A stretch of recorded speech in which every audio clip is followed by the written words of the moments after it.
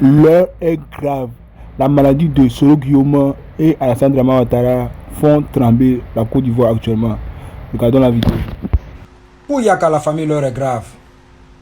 L'heure est très très grave, la famille.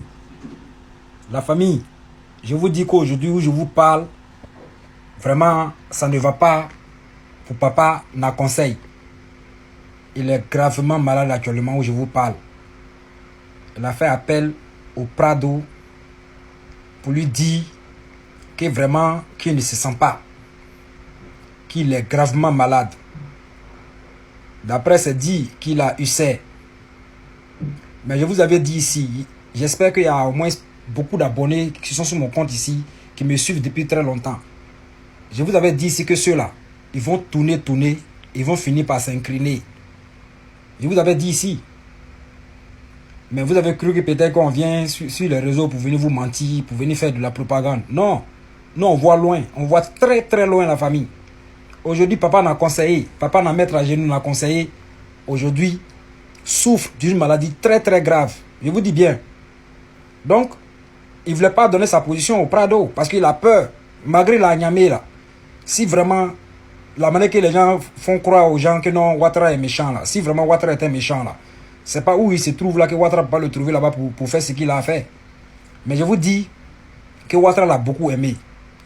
Mais c'est lui qui nous avait dit ici qu'il allait mettre Ouattara en genoux pour lui donner des conseils. J'espère que vous vous rappelez de ça. Parce que ce serait l'histoire dans notre tête jusqu'à la mort. On ne va jamais oublier ça. Donc actuellement, papa n'a conseillé est malade. Soro Kigbafouri actuellement ne se sent pas. Mais vous voyez les blogueurs salauds qui sortaient pour insulter Ouattara là. Est-ce qu'ils sortent pour venir parler de ça? Ils s'en foutent de Soro Diom aujourd'hui. Ils l'ont jeté. Parce que le monsieur n'a plus d'argent pour leur donner. Donc ils l'ont jeté même. Je vous dis. Aujourd'hui où je vous parle là, ils ont jeté Soro Diom. Parce qu'on ne les paye plus. Il n'y a pas d'argent pour leur donner. Donc qu'est-ce qu'ils font? Qu'est-ce qu'ils font ces gens-là? Aujourd'hui, ils ne parlent plus de Soro Diom. Ils ont oublié même Soro Kigbafouri actuellement. C'est-à-dire que Gbagbo maintenant, ils sont à se concentrer. Parce que papa n'a l'argent, les envoie un peu pour messieurs. La famille, je vous dis bien et je veux que vous mettez ça en tête. S'il vous plaît, enregistrez la vidéo et partagez massivement. Mettez en tête et enregistrez.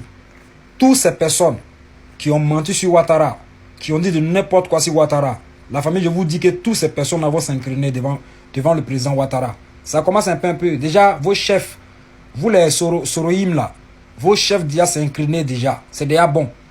Mais on n'a pas confiance à lui encore. Ça, c'est fini. Nous, on n'a plus confiance à lui. Hein. Papa n'a mettre en genoux, n'a conseillé.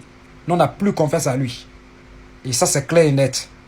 Donc, Prado dit à Tiani, ok, vérifie tout ce qui va être l'argent pour pouvoir prendre soin de lui là.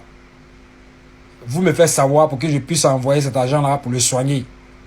Voilà. Au fait là, vous ne comprenez pas quelque chose. Le monsieur là, il est tellement béni. Il dit bien, quand tu es trop béni et quand tu as trop de chance là, tu n'as pas des gens qui t'aiment beaucoup. Je ne sais pas si vous avez fait la remarque.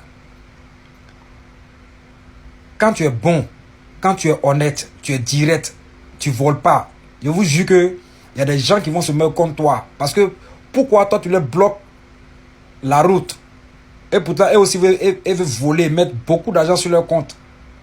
Mais aujourd'hui, je vous dis que Soro est tombé. Donc les Soroïm là, il n'y a personne maintenant qui parle de ça. Ils s'inclinent actuellement. Oh, ça va prendre. L'affaire des écoutes téléphoniques a échoué. Tentative de destin. Après avoir fait échouer, ils ont fait un montage avec intelligence artificielle.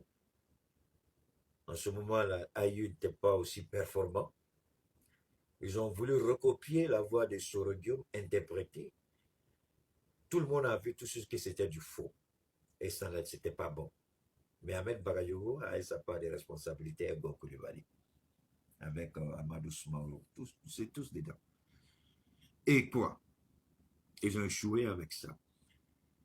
Ils sont revenus après sur... Mais bien avant ça, il y a eu l'affaire des contingents 8400, c'est ça? Contingent 8000 combien? Les nouvelles armes qu'ils avaient quand ils ont pris Boaké et que le ministre d'Envoyé à l'époque était ministre de la Défense, il allait et puis l'ont séquestré pendant des heures. parce qu'ils auraient pris des armes dans une des résidences de Soultoussou la Boaké. On dit Soultoussou les complices et Soro est complice. Vous vous rappelez de tout ça. Je rappelle ces faits pour que vous compreniez bien. Donc, cette affaire d'armes, Soro, ça fait mal à Ouattara la réponse que Soro a donnée. Si vous vous souvenez, après ça, Soro était, il avait fait, il était allé en France, de la France, il allait en Russie.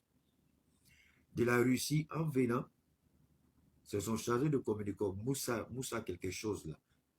C'est Moussa qui l'a fait venir d'abord avant lui. Donc de la Russie, Moussa a fait stop à Abidjan, lui il a continué à Paris. Et Moussa a été interpellé. C'est le président Bédier qui est intervenu pour que le chef de communication de Soro Guillaume soit libéré. Donc cette affaire de Soro, c'est pas aujourd'hui. Alors, ce qui est dangereux maintenant, nous sommes dans le mois de jeûne, pour ceux qui sont musulmans. C'est là que vous devez vous poser la question. Ceux qui disent, nous sommes musulmans. Hier, ceux qui ont dit, parce que je suis musulman, je suis du Nord. C'est eux aujourd'hui qui demandent à des gens, sur la base du mensonge, sortir et véhiculer des calomnies. Mais moi, je dis toujours aux gens, détestez-moi, c'est votre droit le plus absolu. Mais le jour où vous serez dans votre tombe, croyez-moi, détestez-moi, haïssez-moi, ça n'aura aucune importance ni impact sur moi. Mais chaque acte de chacun, on sera coupable et responsable de nos actes dans la tombe. Si vous croyez que mentir comme ça, vous allez vous en tirer parce qu'il y a un idiot d'adultère de fils qui est à Abidjan et qui demande que vous faites ça pour des miettes. L'argent que Photocopie va vous donner là ne vous permettra jamais d'acheter une maison digne de ce nom, une voiture digne de ce nom. Vous habiller correctement, vivre décemment. Ce ne sont que des miettes dont vous aurez toujours besoin. Des miettes qui feront de vous, comment on appelle ça, des esclaves, des mendiants politiques. Vous serez toujours là pour qu'ils vous donnent des miettes, mais jamais suffisamment pour pouvoir vous en sortir. Ça, j'ai appris ça en politique en Côte d'Ivoire. Maintenir les gens dans une dépendance totale, faire croire qu'on fait quelque chose, mais en réalité, quand vous regardez l'argent, c'est combien? Donc, Soro, ça n'a pas commencé aujourd'hui. Et ça ne finira pas aujourd'hui. Mais non, ceux qui ont parlé beaucoup trop ont oublié qu'il fut un temps en Côte d'Ivoire, on avait parlé beaucoup trop aussi concernant celui qui est président aujourd'hui. Mais le président aujourd'hui, même s'il a rompu tous les pactes, il a rompu toutes les alliances, Dieu sait comment rembourser son coup à Ouattara. Ça, c'est entre Ouattara et Dieu. Tous les mensonges, là-bas, tout le Dieu des balles. Alors, si vous pensez que Soro ne sera pas président, peut-être que vous êtes assis avec Dieu puis vous avez parlé de ça. D'accord? Soro Guillaume, gravement malade. Famille, l'heure est grave et toute la vérité sur l'état de santé de Soro Kibafori Guillaume. Je prie à tout le monde de partager cette vidéo massivement, au maximum s'il vous plaît, et abonnez-vous à cette page, c'est très important. Selon les sources du RDR, du pouvoir d'Abidjan, des journalistes de Côte d'Ivoire qui affirment que Soro Guillaume a été évacué dans un hôpital à Niamey et qui sera transféré en Turquie. Le problème, c'est pas ça. Le problème, c'est que vous voulez nous étouffer la fête Nina Keïta là. Parce que vous là, vous voyez dans ce que les autres ne voient pas. Mais l'affaire qui est devant vous là, vous faites comme si vous ne voyez pas ça. Que Soro Guillaume soit malade ou pas, en quoi ça regarde les Ivoiriens? On s'en fout de ça au fait. Ce qui nous importe ici là, c'est l'affaire Epstein à Abidjan là. Parce que vous êtes en train de créer toutes sortes de buzz. Le RDA est en train de mettre tout en œuvre pour que les Ivoiriens passent à autre chose. Mais on sera sur l'affaire Nina Keïta là. On dit, il y a des jeunes filles qui ont disparu à Abidjan. Que Nina Keïta est la plus grosse proxénète en Côte d'Ivoire qui n'a jamais existé. Vous attendez quoi pour la virer de son poste? Parce qu'elle est DGA à geste aussi. Elle est la nièce d'Alassane Draman Ouattara. Vous attendez quoi? Le procureur attend quoi pour sortir le dossier? Vous nous venez nous parler de l'état de santé des Soro qui Guillaume. Qu'ils soient malades ou pas, en quoi ça nous regarde? Voilà. En quoi ça doit... Bon, actuellement, en quoi ça doit intéresser les Ivoiriens? Le silence du gars vous perturbe à ce point-là. Mais vous voulez lancer des fausses alertes sur la toile pour qu'on puisse... Parce que là, vous avez créé toutes sortes de buzz en Côte d'Ivoire. Ça ne prend pas. Rien ne va prendre. Les Ivoiriens disent, ils ont vu leurs enfants être vendus à des milliardaires. Les Ivoiriens disent, vous là, on commence à douter de vous. Les Ivoiriens disent, pourquoi le RDR est au sommet du dossier Epstein? Pourquoi tout le monde en parle sauf les journalistes de Côte d'Ivoire? Pourquoi vous ne menez pas des enquêtes profondes sur ce dossier-là? Hein? Pourquoi celle qui a passé son temps à liquider, à travailler avec l'un des plus dangereuses personnes qui existaient sur cette planète-là, pourquoi elle circule librement à Abidjan? Quel était votre rôle dans le dossier Epstein?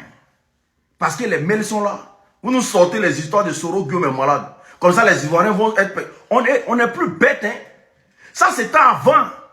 Où on venait nous mentir qu'Alassane a rehaussé l'économie des pays des autres. Là. Ça, c'était avant. Hein?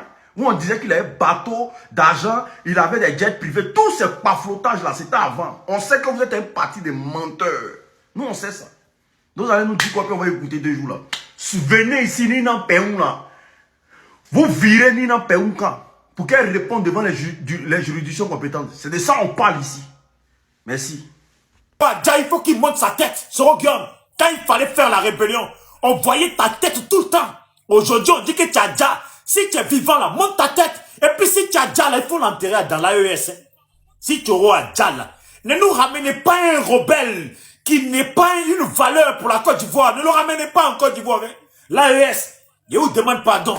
Il faut nous dire combien va coûter sa tombe là. Combien va coûter son enterrement. Je m'occupe de ceux qui vont creuser le trou. Je paye pour ceux qui vont creuser le trou. Je paye pour ceux qui vont couper les bois pour le mettre dedans. Normalement, un individu comme ça, s'il est mort, il faut le mettre comme les Blancs, ils font là. Rentrez-le dans le four. Et puis occupez-vous de... Et puis les cendres là. Faut pas enterrer ça. On veut même pas voir les cendres sur la terre des Africains. Allez-y dans la mer. Parce que c'est un vagabond qui tournait, qui n'est jamais rentré dans son pays. Les cendres là, il faut les jeter loin, loin, loin, loin, loin, loin. Très loin même. Vous avez compris? Très très loin, on ne peut même pas sentir. Et où dit ça? Toi, Kader Djarasouba, un Wibi de première catégorie comme toi, s'il vous plaît. S'il vous plaît. Voilà, touchez l'écran une fois comme ça. Vous voyez? Vous avez votre liste d'amis qui sort. Parce que, attendez. Attendez, hein. J'ai baissé un peu l'écran. Voilà, s'il vous plaît, touchez l'écran une fois. Vous voyez votre liste d'amis qui sort. C'est pas toute la liste. Vous connaissez déjà. Faites envoyer, envoyer, envoyer. Je veux pas qu'un seul soroïste reste en reste. S'il vous plaît, pardonnez. Pardonnez. Vous, la quête consciente que Soro a déjà les Ivoiriens là. Pardonnez, faut partager. Vous qui n'en avez rien à foutre si Soro Djaou Djapa là. S'il vous plaît, partagez. Je vous montre. Touchez une fois l'écran. Voilà, ça sort là. Et puis faites envoyer, envoyer. Vous êtes 322 personnes. Si chacun fait ça là, on arrive vite fait à 1000 partages en 2-2 pour être sûr que tous les porte-paroles de Soro sont sur ce panel. Pour être sûr que tous les guignols de Soro, à part Crespo que je mets de côté, et puis quelques-uns, y compris Patromba que je mets de côté, et quelques-uns que je respecte, mais sinon, tous les guignols là qui viennent ici, on dit que Soro Guillaume a déjà dans l'AES, c'est ça l'information. Et c'est ça l'information. On Soro Guillaume a déjà dans l'AES. Il n'y a pas longtemps les soroïstes, voici le parcours politique, la façon dont les soroïstes ont toujours fait la politique. C'est de nous annoncer que Ouattara a déjà. Oui, on ne voit plus Ouattara, on ne voit plus Ouattara, il a déjà. Les gens de Gbagbo, c'est pareil. Ouattara est sorti. Un temps, ils nous ont même dit que Gbagbo a déjà. Et puis Gbagbo est sorti. Parce que quand tu n'as pas déjà, on te voit. Ils ont annoncé que Chérif Ousmane ici a déjà. Oui, Chérif Ousmane, il a déjà. Oui, il a déjà, il n'est plus là. Matin, midi, soir. Si vous êtes garçon, montrez-nous la photo. Dites-lui qu'il sort. Chérif Ousmane, il était obligé de sortir.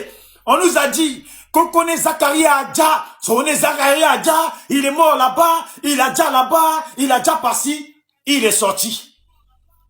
S'il avait déjà, ça allait faire notre joie. Mais à chaque fois qu'ils ont parlé, les gens sont sortis, ça nous a découragés. Donc je dis, cette fois-ci là, quand Ahmed Bakayoko Adja, c'est encore les soroïstes qui ont annoncé. Quand Ouattao Adja, c'est encore les soroïstes. Quand Gon Coulibaly Adja, c'est encore les soroïstes. C'est toujours les soroïstes. À votre tour, votre squelette qui est dans l'AES, il faut sortir cette squelette. Ce jasseur des Ivoiriens, ce mogol tueur là, il faut le sortir. Dites-lui qu'il sort. Il va montrer sa fraise. Lui qui devait mettre Ouattara à genoux, qui nous a menti ici. Ce jasseur, ce criminel malhonnête, il faut qu'il sorte sa fraise. Est-ce que vous me comprenez? Toi, Kader Djarasouba, s'il vous plaît. On est à 400 et quelques partages. Ceux qui viennent d'arriver là, s'il vous plaît, touchez l'écran. Voilà, touchez l'écran une fois. Voilà, vous voyez. Et puis faites envoyer, pardonner. Pardonnez à Abodji, pardonnez. Arrêtez la sorcellerie. Pardonnez. Je vais vous faire écouter un homme qui se pense être bientôt le futur grand politicien de la Côte d'Ivoire. Comme si la Côte d'Ivoire avait besoin des Wibi qui se font prendre en levrette, qui ont le boda ouvert comme ça. Comme si la Côte d'Ivoire n'en avait pas marre des Wibi qui ont le boda ouvert comme ça. Comme si la Côte d'Ivoire n'était pas rassasiée de ces Wibi là. Au panel.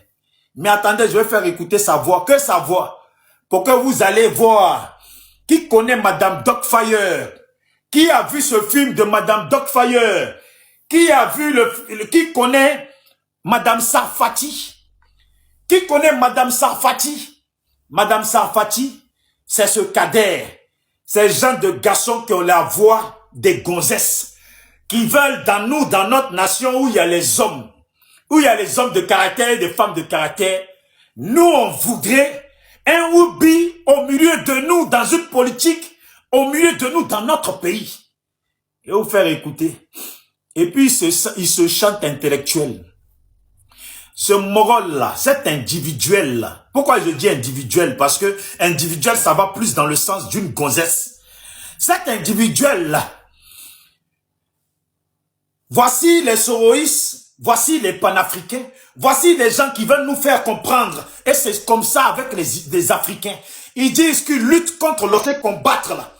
Des gens qui sont censés combattre là, c'est leur livre qu'ils lisent et c'est ça qui vient nous enseigner, nous, les Africains. Vous voyez?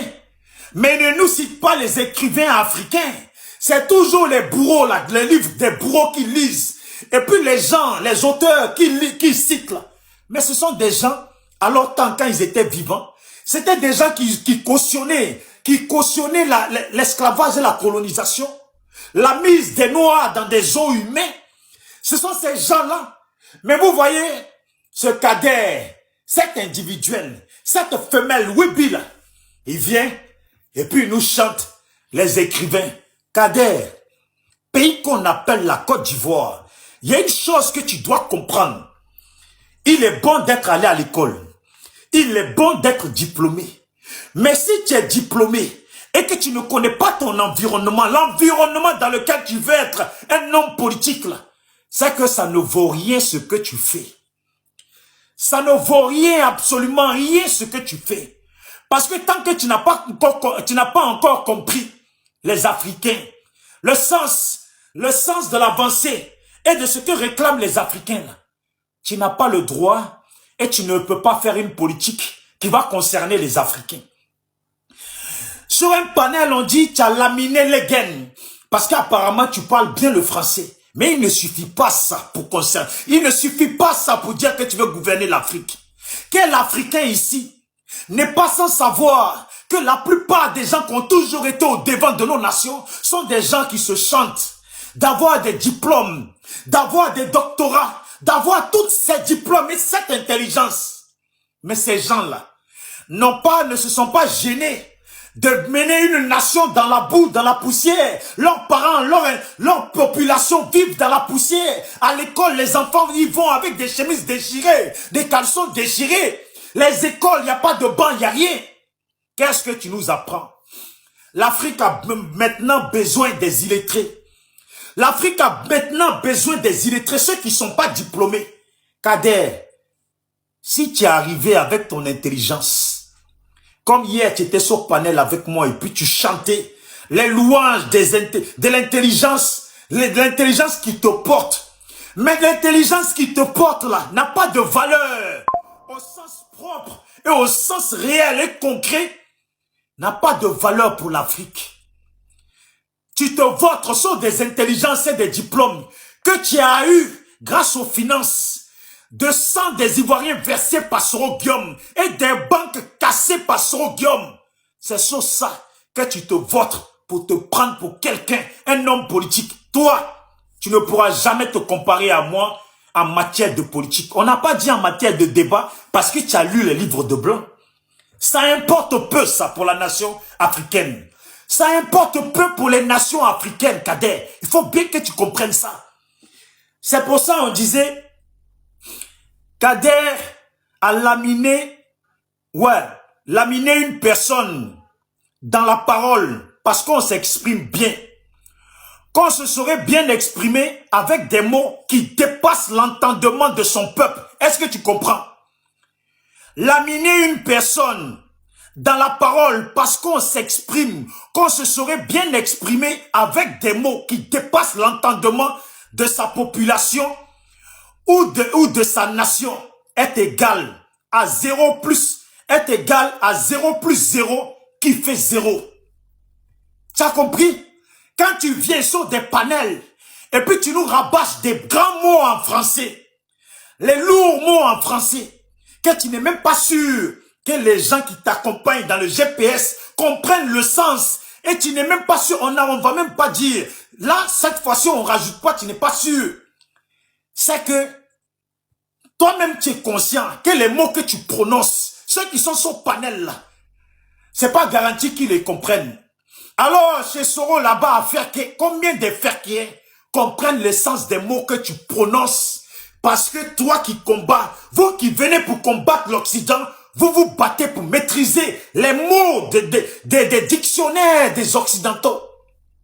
Et vous venez vous vautrer pour faire concurrence avec vos parents. Quand tu fais concurrence avec moi en matière de paroles du dictionnaire, est-ce que tu es conscient qu'à Ferké, là, il y a des illettrés là-bas? Est-ce que tu es conscient qu'à Odjéné, là, il y a des illettrés? Est-ce que tu es conscient que la plupart des Africains qui sont allés à l'école, là, beaucoup ont fait que CP1, beaucoup ont arrêté en CM2, beaucoup ont arrêté à peine au collège. Il y a maintenant même qui sont arrivés à l'université et qui sont nuls. Est-ce que tu sais au moins ce que tu veux venir gouverner? Est-ce que tu sais au moins ce que Soro veut venir gouverner? Moi, là, je vais t'apprendre la politique africaine. Je vais t'apprendre la politique africaine, la politique que les Africains ont besoin. On n'a pas besoin des grands mots. Les grands mots n'ont rien apporté à l'Afrique. C'est pour ça que je dis, quand ils ont dit que tu as laminé les gaines en parole, j'ai écrit hier, ça c'est moi ça. Laminer une personne dans la parole, parce qu'on s'exprime, qu'on se serait bien exprimé, avec des mots qui dépassent l'entendement de son peuple ou de sa nation, est égal à des populations pour lesquelles tu es censé lutter, là, ne comprennent pas le sens. C'est que tu n'es qu'un vendu qui n'arrive que pour faire des missions pour les Occidentaux. Parce que finalement, les mots que tu prononces là, les seules personnes qui peuvent les comprendre sont des gens de l'Occident. Et non les populations de Côte d'Ivoire. On prend de Yopougon à Bobo et puis etc. Peu sur 1 million, sur 10 millions, sur 30 millions. Peut-être que c'est 100 personnes qui comprennent tes mots. Tu viens faire ta politique pour qui? Kader, tu penses que tu parles mieux le français que Babo? Tu penses que tu maîtrises mieux le français qu'Alassane? Et pourtant, regarde-les quand ils s'expriment, quand ils sont en face de leur population. Ils utilisent même les mots en ouchi. C'est pour te dire que quand on fait une politique pour un peuple, il faut d'abord aligner son langage à ce peuple-là. Être sûr que ce peuple, de celui qui n'est pas allé à l'école mais qui comprend le français, là, être sûr que tout le monde va comprendre jusqu'au dernier qui n'est pas allé à l'école mais qui comprend le français. Est-ce que tu comprends? Je vais vous apprendre à faire une politique africaine qui est égale à l'Afrique. Est-ce que tu comprends? Je vais vous apprendre une politique qui est égale à l'Afrique. Moi, je ne suis pas là pour débattre, pour sortir les grands mots. J'ai des mots ici, j'ai les dictionnaires ici. J'ai des livres de droit ici. J'ai des livres de philosophie. Mais mon ami, je vais faire une politique qui regarde les Africains. Je vais faire une politique à l'égard des Africains. Je ne fais pas une politique à l'égard des Occidentaux. Alors, toutes ces choses-là ne m'intéressent pas du tout. Est-ce que tu entends, Kader? Avec ta voix de Woubi, on dirait qu'ils t'ont pénétré. Ils t'ont pénétré avec des morceaux de pilon.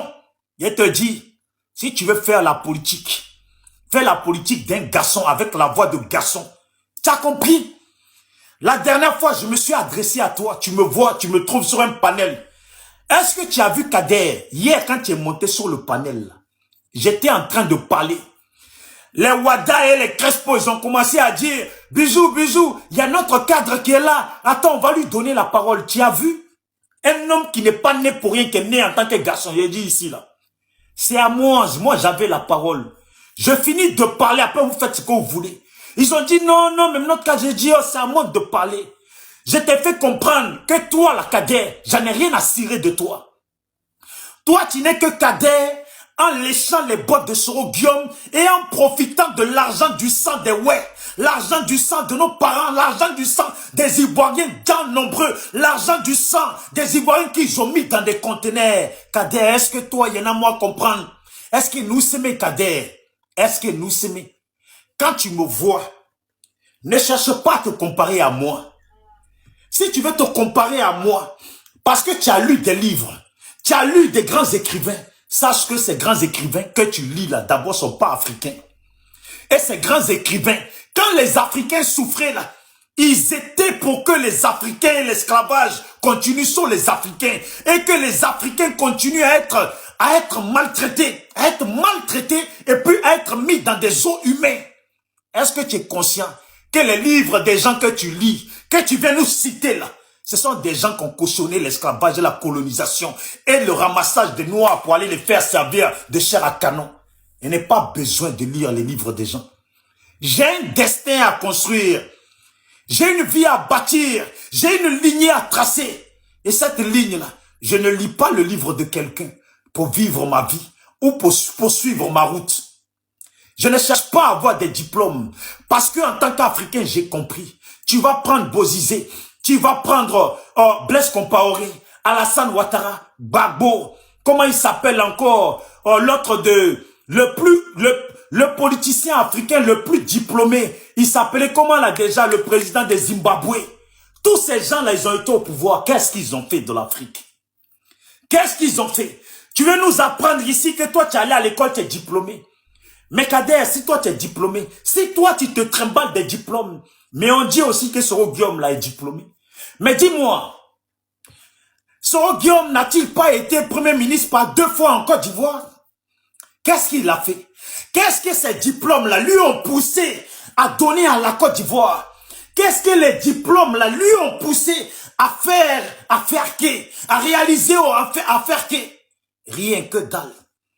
Tout ce que ces diplômes, ouais, Robert Mugabe, merci beaucoup, c'était le politicien africain le plus diplômé, Kader. Tu n'arrives même pas encore à sa cheville. Mais ce monsieur a produit quoi? Il était têtu. Il a affronté tous les blancs. Il les a affrontés. Ça, c'est ça qu'il a produit. Il a chassé tous les blancs de sa nation. Il leur a enlevé les terres. Lui, au moins, là, on peut le lever haut. Mais Kader, Soro Guillaume, là, a été Premier ministre en Côte d'Ivoire, oui ou non? Sur Gbagbo, là, il a été Premier ministre, oui ou non? Sur Alassane, il a été Premier ministre, oui ou non? Qu'est-ce qu'il a produit pour la Côte d'Ivoire? Qu'est-ce qu'il a fait pour faire que? Ton Soro Guillaume s'est assis pour nous expliquer que lui, Soro Guillaume, lui qui bafouille Guillaume, on l'interdisait de porter le boubou. Et que lui, il était venu parce que les musulmans n'étaient pas aimés dans le pays. que les nordistes n'étaient pas aimés dans le pays. Voici le mensonge qu'ils sont partis servir à Kadhafi. Mentir à un grand homme comme Kadhafi. Alassane Ouattara, et Allah, et Dieu, et Seigneur, et Seigneur.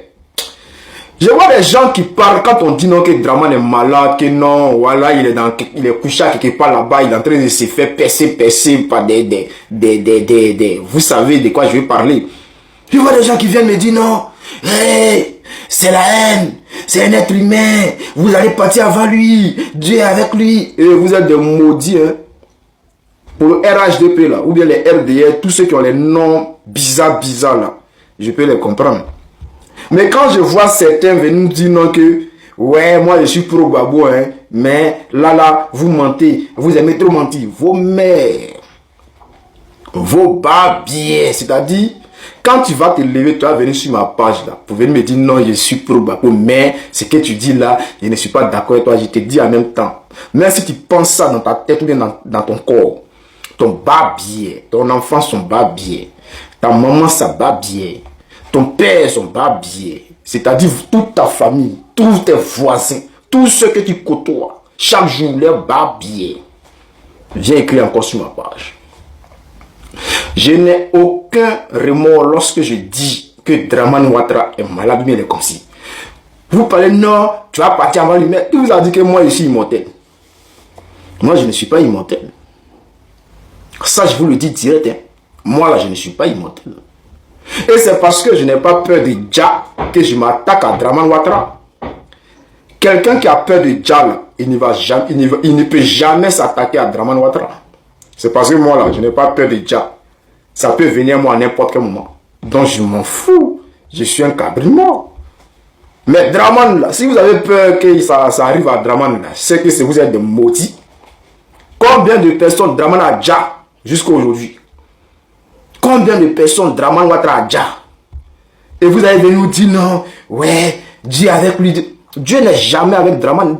Vous parlez de quel Dieu même? Vous parlez de quel Dieu? Les RHDP là, je peux comprendre leurs commentaires, ils vont venir m'insulter matin, midi, soir, c'est parce qu'ils ont mal. Parce que quand je parle là, ça les pique. Donc ils ont mal. Ils ont très mal. Donc, ils sont obligés de venir m'insulter, de venir dire du n'importe quoi sur ma page. Ouais, tu es un mouton, tu es un menteur, tu es un comme ci, tu es un comme ça. J'accepte et mon cœur reste ouvert. Parce que ça, c'est le RDR. Mais en dehors du RDR, là, les babiers qui veulent se jouer des pasteurs, là. Ton pasteur Yao, toi, ta mère, ton père, vous tous vos babiers.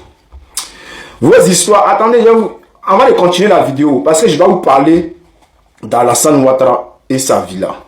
Je vais demander ici aux autorités françaises d'aller perquisitionner la villa d'Alassane Ouattara qui est à Mougins, là, où il va chaque fin du mois, là, où il va là. Attendez, on va finir cette vidéo. Je parle ici au pasteur là. Vous n'avez pas dit que vous êtes trop bête dans vos têtes. Vous ne savez même pas dans cette histoire qu'on vit là, vous ne savez pas qu'il n'y a pas pitié dedans. C'est vous qui savez qu'il y a Jésus qui est là, qui nous regarde. Jésus, vous avez... Écoutez cette vidéo là, écoutez. J'explique toujours aux gens qui parlent avec beaucoup d'émotion, indignés d'ailleurs, que la religion en Chine est pourchassée, persécutée. Je leur dis laquelle? Alors ils me disent le christianisme. Je dis mais le christianisme c'est pas une religion chinoise. Le christianisme, le Christ, Jésus-Christ, cet homme si magnifique, si doux, si bon, a été envoyé en Chine dans une caisse d'opium. C'est comme ça qu'il nous est arrivé, avec le fusil d'un côté et l'opium de l'autre. Comment voulez-vous qu'on l'aime? Comment voulez-vous qu'on comprenne le christianisme? La première chose que les missionnaires faisaient quand ils étaient un peu casés, c'était durant les temps de famine et d'inondation, quand les pauvres paysans n'en pouvaient plus, de les convertir en leur donnant un bol de riz. Vous mangez, on vous baptise. Si vous ne voulez pas être baptisé, vous mangez pas. C'est ce qu'on appelait les chrétiens du riz. Comment voulez-vous qu'on aime ça? Et puis alors, ils achetaient à tour de bras des villages. L'Église catholique est devenue grand propriétaire terrien. C'est à elle qu'appartenaient à Shanghai tous les districts de prostituées. Comment voulez-vous qu'on respecte une église comme ça? Ça, c'est le christianisme. Et je ne parle pas du protestantisme, qui était tout aussi mauvais. Alors, chers frères, pour ceux qui ont compris cette histoire-là, que la dame vient de raconter là, c'est-à-dire ceux qui viennent sur ma part, qui viennent dire non, Dieu est comme si Dieu te voit, Dieu, et vos mots dire. Les chrétiens, là, je vous dis en même temps, avant d'arriver ici à faire des dramas, là, quittez ma page. Parce que vous, là, on vous a forcé à aimer Jésus. Je n'ai pas envie de rentrer dans ce débat-là. Mais vous poussez les gens à rentrer dedans. C'est-à-dire, votre histoire d'amour de Jésus qui vous pousse à venir m'attaquer sur ma page parce qu'on dit que non, Draman ne supporte pas bien, il est comme ci, il est comme ça. Et vous vous levez là, votre Dieu qu'on vous a forcé à aimer là, vos parents là, qui vous ont mis dedans là, on les a forcés à aimer Jésus, à l'adorer. Ils ont fait ça de force. Donc ça vous dit que Dieu n'a pas de pitié. Vous êtes dans l'émotion, mais Jésus là, votre Jésus là, il n'a pas de pitié.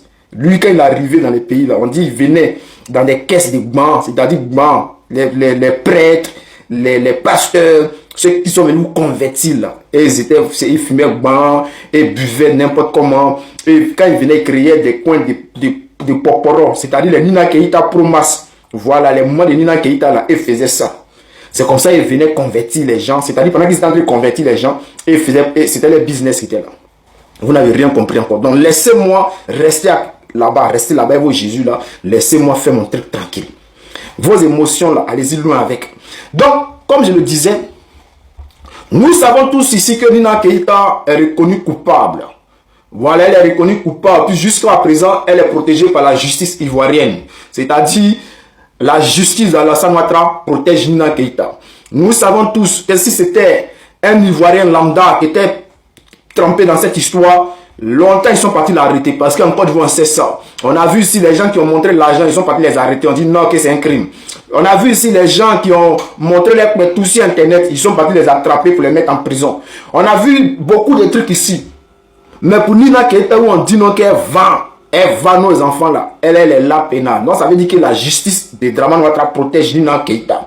Ce qui signifie qu'eux-mêmes ils sont trempés dans cette histoire. Et c'est pour cela que je dis ici, je demande ici aux autorités françaises d'aller perquisitionner la maison d'Alassane Ouattara, la villa d'Alassane Ouattara qui est à Mougien. On ne sait jamais. Parce que nos enfants, lui-même, Dramane Ouattara lui-même l'a dit, que les enfants qui disparaissent là, on va les chercher. Mais jusqu'à présent là, ceux qui ont fait ça là-haut, ceux qui ont dit qu'ils ont attrapé ces doyi, ça continue, jusqu'à présent ça continue. Voilà, ça continue. Donc qui prend nos enfants? Qu'est-ce qu'ils font avec nos enfants? Dramane Ouattara, qu'est-ce qu'il a mis dans sa villa là-bas là? Parce que Nina Keita, elle est dans le domaine, elle est professionnelle. C'est-à-dire, elle et puis Epstein, ils sont comme ça. C'est-à-dire, les deux travaillent ensemble. Les gens parlent de non, business, acheter armes, c'est doyi.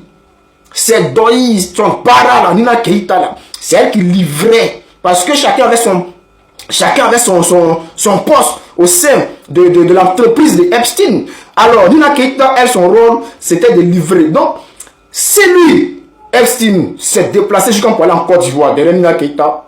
C'est parce qu'ils étaient proches. Et il devait avoir une confiance. Il devait avoir une confiance énorme à la personne de Nina Keita pour se déplacer jusqu'à pour aller en Côte d'Ivoire. Voilà, ce n'était pas juste le business parce qu'il ne faisait pas du business avec n'importe qui. Donc, c'est pour cela qu'on dit que la villa d'Alassane Ouattara où il va chaque week-end, c'est-à-dire chaque mois où il va en France, là, dans sa villa, là, il faut que les autorités françaises fassent attention pour aller vérifier dans cette villa-là. On ne sait jamais. Parce que ces gars-là, c'est-à-dire où on ne peut pas le soupçonner, c'est là il fait le travail. Donc on doit aller perquisitionner la villa d'Alassane Ouattara à Mougien. On ne sait jamais. Parce que c'est l'oncle de Nina Keita. C'est la même qui travaillait main en main avec Epstein. Donc c'est très important. En Côte d'Ivoire, les Français ne peuvent pas aller perquisitionner la maison de Nina Keita ou bien les domaines d'Alassane Ouattara. Mais en France, c'est étonnant. C'est vrai, le vieux, il est malade, c'est vrai. Mais chaque jour, chaque mois, venez en France. Il vient faire quoi? Et puis quand il vient en France, il rit, ses dents sont dehors, il est content. C'est un peu comme quand il vient, il y a quelque chose qui change. Ce n'est pas le soignement seulement. Ce n'est pas les piqûres, l'adrénaline qu'on met dans son corps, mais il y a quelque chose qui n'est pas net. Et c'est pour cela qu'on demande aux autorités françaises d'aller perquisitionner sa maison. On ne sait jamais. On ne sait jamais. Ce qu'il fait dans cette villa-là, les gens disent, oh, c'est en France. En France, ici, mais les gens font pire que ça. Vous voyez les maisons, quand vous arrivez dans les quartiers, les maisons fermées, comment. Mais, 2, 3, un jour, quand vous allez vous lever, ils vont vous dire, une maison, ça là, voici ce qui s'est passé, voici ce qui s'est passé dedans. Parce que les maisons sont toujours fermées. Chacun, c'est pas comme en Côte d'Ivoire où tout le monde peut rentrer chez tout le monde. Non, ici, là, chacun dans son coin. Il y a des voisins là. Ils sont voisins comme ça. ils ne vont pas se voir pendant des mois, ou bien ils ne vont pas se dire bonjour pendant des années. Donc ici, c'est chacun dans son... Donc lui, sa villa, où ça y est là? Ce qu'il fait dedans là, il doit nous expliquer ça. Puisque c'est Nina Keita qui gère le business de Epstein. Vu que Epstein n'est plus là, est-ce qu'elle n'a pas hérité? Les gens me disent, non, tu abuses, ce que tu dis. Ce que je dis vous fait mal. C'est parce que ça vous fait mal que vos cœurs n'acceptent pas. Mais normalement, là, ton cœur, là, c'est-à-dire ce que je dis doit te faire mal, mais ton cœur doit accepter. Parce que c'est la vérité. Et tout ce que je propose simplement, c'est d'aller vérifier dans cette villa-là. Donc j'interpelle ici les autorités françaises, d'aller perquisitionner, d'aller vérifier ou bien d'ouvrir une enquête à l'encontre d'Alassane Ouattara qui a une villa. Bon, il a beaucoup de maisons en France, mais surtout à Mougins, ce qui est là-bas, là, il faut qu'ils aillent vérifier. Parce que Nina Keita était, c'est-à-dire la bras droit de Epstein en Afrique. C'est-à-dire c'est elle qui gérait tout. Vous avez vu avec ce qui s'est passé au Sénégal, Nina Keita était impliquée dans cette histoire au Sénégal avec Epstein. Donc, Nina Keita n'est pas n'importe qui. Elle n'est pas n'importe qui. Voilà, même si aujourd'hui, le business continue en Côte d'Ivoire, et on voit aujourd'hui qu'il y a les journalistes qui se sont pris en débouquet, en remontée, en remontada. Il y a des journalistes, c'est-à-dire qu'on est quoi? Lui, il est garçon, il est vilain, et puis c'est lui, on fait quoi?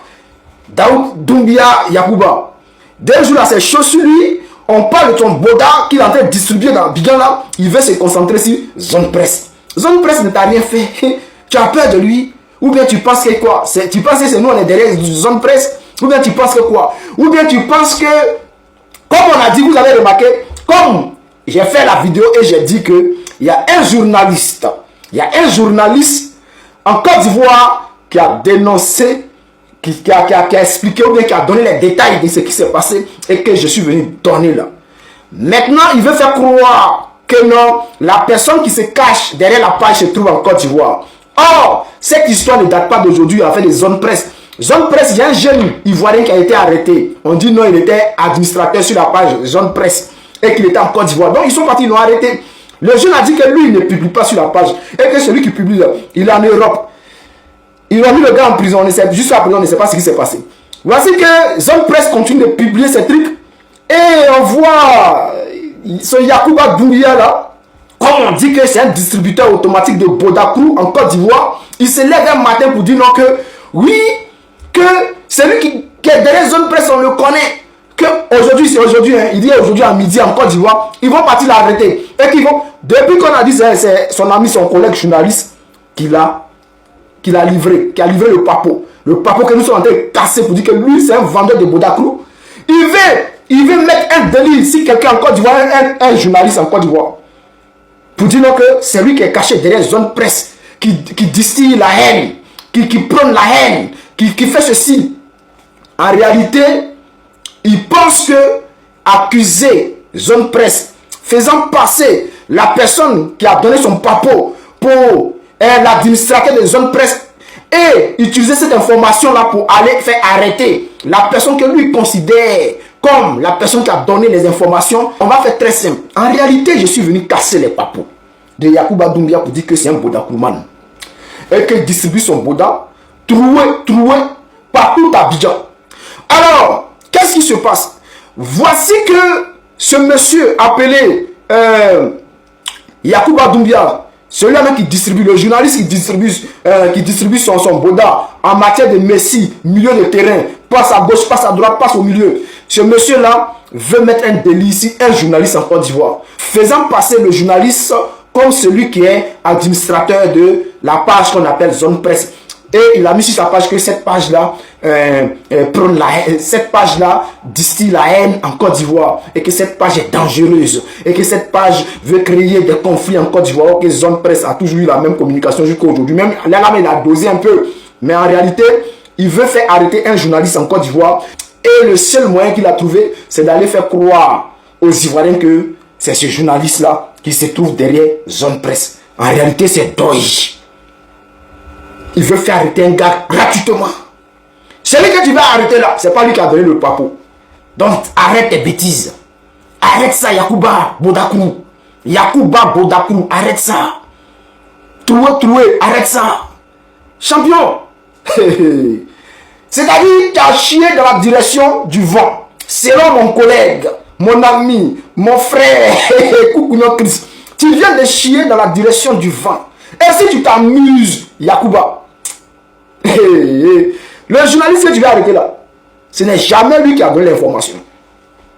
Voilà. Donc tout ce que tu es en train de faire là, c'est Doyi. Voilà. Donc, celui que tu penses que c'est lui là, ce n'est pas lui. Celui que tu ne penses pas que c'est lui là, c'est lui qui a donné l'information de ton boda. Donc, chers frères, chers camarades, pourquoi je demande à ce que la villa d'Alassane Ouattara à Mougins soit perquisitionnée? Parce que Nina Keïta, elle fait partie du clan de Epstein. Ceux-là même qui ont créé l'organisation de distributeuses automatiques de petites filles dans ce monde entier. L'affaire Epstein est une affaire qui concerne le monde entier. Et Nina Keïta est au centre de cette affaire. Et c'est pour cela qu'on demande aux autorités françaises d'aller perquisitionner les maisons d'Alassane Ouattara, surtout la villa d'Alassane Ouattara à Mougins. Chaque fin du mois, le monsieur, lui, il est président en Côte d'Ivoire, mais chaque fin du mois, il va dans cette villa-là. Qu'est-ce qu'il va faire? Et avec qui il va? Et qu'est-ce qui se passe dans cette villa? Est-ce qu'Alassane Ouattara est devenu le Epstein de l'Afrique de l'Ouest? Parce qu'on sait que Nina Keïta, elle a les moyens de ça. Elle connaît le mouvement. Elle sait comment ça se passe. C'est elle qui gère du côté Afrique pour Epstein. Aujourd'hui, Epstein n'est plus là. Mais elle a progressé dans le domaine jusqu'à elle a eu même des postes. Aujourd'hui, elle gère des entreprises en Côte d'Ivoire. Elle est à la tête des entreprises de nos pétroles, de nos gaz. C'est elle qui gère. Mais qu'est-ce qui se passe? Comment une distributeuse automatique de Bodakrou, de petites filles, peut aujourd'hui devenir chef d'entreprise? On ne comprend pas. Comment elle peut gérer une entreprise d'État? Quelqu'un qui n'a pas fait les bancs, quelqu'un qui n'a pas de diplôme de ça. C'est-à-dire le fait de distribuer, si elle n'a pas de pression sur Alassane Ouattara, si elle n'a pas de pression sur le gouvernement, à quel moment on lui donne ce genre de poste? Est-ce que Nina Keïta aurait des preuves accablantes contre Alassane Ouattara et le gouvernement? Et c'est pour cela qu'on lui donne ce genre de poste. Alors, chers frères, chers camarades, beaucoup de questions restent en suspens. Qui est Nina Keïta? Que fait-elle dans la vie? Pourquoi d'un coup comme ça, du jour au lendemain, elle devient chef d'entreprise en Côte d'Ivoire? Elle gère aujourd'hui nos pétroles, nos gaz. Qu'est-ce qui s'est réellement passé? Qu'est-ce qui se passe? Cette fille est dangereuse. Elle est dangereuse. Et vu qu'Alassane Ouattara marche avec elle, main dans la main, bras dans bras, coude dans coude, côté de côté, ça veut dire qu'il y a quelque chose qui ne va pas. Lui, Alassane Ouattara lui-même, il faut vérifier. Il faut aller vérifier dans sa villa à Mougins. Parce que c'est là-bas qu'il passe le plus de temps. Est-ce que lui aussi, il n'est pas dans cette histoire de Bodakrou de petit? Bon, lui, on sait. Bon, selon les informations, il paraît que lui-même, Draman, on dirait Yacouba Doumbia. Non, chers frères, je ne vais pas dire, je vais pas en dire trop, pour ne pas que ça dure. Parce que je vais prendre le temps d'étudier le dossier et je vais ressortir. Cette histoire de la résidence d'Alassane Ouattara à Mougins, je crois que si jamais les autorités françaises écoutent ma vidéo et qu'ils ne vont pas faire ce que j'ai demandé, je serai obligé d'appeler encore. D'appeler parce que là c'est une vidéo que j'ai faite. Mais je pense que je vais appeler directement pour expliquer le problème. Et aller porter plainte pour dire aux autorités que cette femme est très dangereuse et que voici ce qu'elle a fait. Mais il y a une activité suspecte dans cette histoire avec son oncle. Son oncle, il est président en Côte d'Ivoire, mais chaque fin du mois, il va dans sa villa à Mougins. C'est vrai, il paraît-il qu'il serait malade. On n'en disconvient pas. Mais il y a des hôpitaux en Côte d'Ivoire que lui-même il a dit sont meilleurs que ceux de la Suisse. Pourquoi il ne se fait pas soigner là-bas? Et pourquoi chaque jour, chaque mois, il va à Mougins? Cette question reste posée. Il faut vérifier. Alors, chers frères, chères autorités françaises, si vous ne voulez pas vérifier ça, je vais encore toucher la haute cour de justice française pour essayer de voir clair dans cette histoire d'Alassane Ouattara. Pourquoi chaque mois, chaque fin du mois, il est dans cette villa-là. Il va nous expliquer. Alors, chers frères, chers camarades, si tu crois que Dramane Ouattara fait partie de cette histoire, alors n'oublie pas, mets un pouce et